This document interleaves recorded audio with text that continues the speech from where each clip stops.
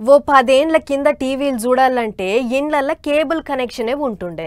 అది ఉంటేనే టీవీలో బొమ్మ వచ్చేది. కానీ రోజులు మారినాయి. కేబుల్ కనెక్షన్ రాను రాను చాలా దిక్కుల లేకుండా పోయింది. ఇప్పుడు ఏమైనా డిష్ టీవీ, డిటిహెచ్ అని రకరకాల కంపెనీలు వచ్చినాయి. అది పెట్టించుకొని రీఛార్జ్ చేసుకుంటే అయిపోయాయి. టీవీలో ఏదంటే అది చూడొచ్చు. ఇగో గిట్లనే ఒకన్న రీఛార్జ్ చేసుకున్నా కూడా టీవీ వస్తలేదని కస్టమర్ కేర్కు ఫోన్ కొట్టిండు.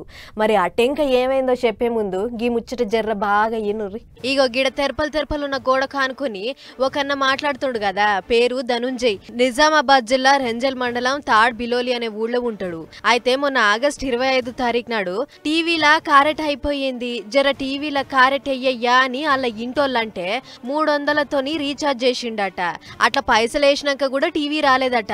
ఓరక్కో ఇదెక్కడ కథరో, రీఛార్జ్ అయిపోయింది టీవీ వచ్చుడు ఆగిపోయింది అని అంటే ఒక అర్థం పడదాం గాని పైసలు వేసినాక కూడా రాకపోవడేందని ఆయన కస్టమర్ కేర్ కు ఫోన్ కొట్టిండు. హలో సార్, టీవీలో కారెట్ వేసినాక కూడా బొమ్మ వస్తలేదు, మరి నా పైసలు ఏడపోయినట్లు మర్యాదగా టీవీ రావాలే లేకుంటే మంచిగా ఉండదు అన్నట్లు గట్టిగానే చెప్పిండట.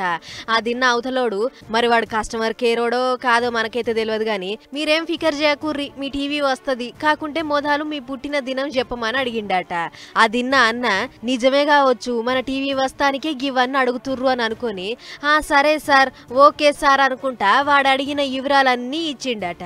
అంతే ఇక దొంగ చేతికి తాళం చేయించినట్లు అయ్యింది. అట్లా జర్ర షేపట్లనే 49,580 రూపాయలు ఖాతాలకెంచి కట్ అయినట్లు మెసేజ్ వచ్చిందట. అది చూసుకొని నెత్తి నోరు కొట్టుకుంటే పోలీస్ టౌన్ కు ఊరికి ఫిర్యాదు ఇచ్చిండట. అంతేనా అనే అన్న చెప్పకరావు. ఆగస్టు నాడు నేను ఎయిర్టెల్ డిటిహెచ్ కోసం 300 రూపాయలు రీఛార్జ్ చేశాను. అది డియాక్టివేట్ అయిందని చెప్పేసి సెప్టెంబర్ 2, 2024 రోజు ఎయిర్టెల్ కస్టమర్ కేర్కు ఫోన్ చేయడం జరిగింది. ఫోన్ చేయగానే ఎయిర్టెల్ కస్టమర్ నంబర్తోని హ్యాక్ చేసి నా డేట్ ఆఫ్ బర్త్తోని మొత్తం 2 సార్ల ట్రాన్సాక్షన్స్, ఒకటి ఫోన్పే నుండి 1500, గూగుల్ పే నుండి 48,080 రూపాయలు నా జీమెయిల్ ఐడి నుంచి హ్యాక్ చేయడం జరిగింది. ఓన్లీ నేను డేట్ ఆఫ్ బర్త్ చెప్పడం మూలంగా. గదా అన్నట్లు ముచ్చట. ఒక పుట్టిన తారీఖు చెప్పినందుకే ఖాతా మొత్తం పొతం పెట్టిర్రు ఆన్లైన్ దొంగ బడవేగాళ్ళు. ఇక బ్యాంకు స్టేట్మెంట్ తీసుకొని దన్న ఊరికి గిట్ల అయ్యింది సార్ అని పోలీసులకు మతలబంది ఇచ్చిండు. వాళ్ళు కేసు రాసుకొని ఎవరు దొంగ బద్మాష్గాళ్ళని లెంకే పనిలో ఉన్నారట.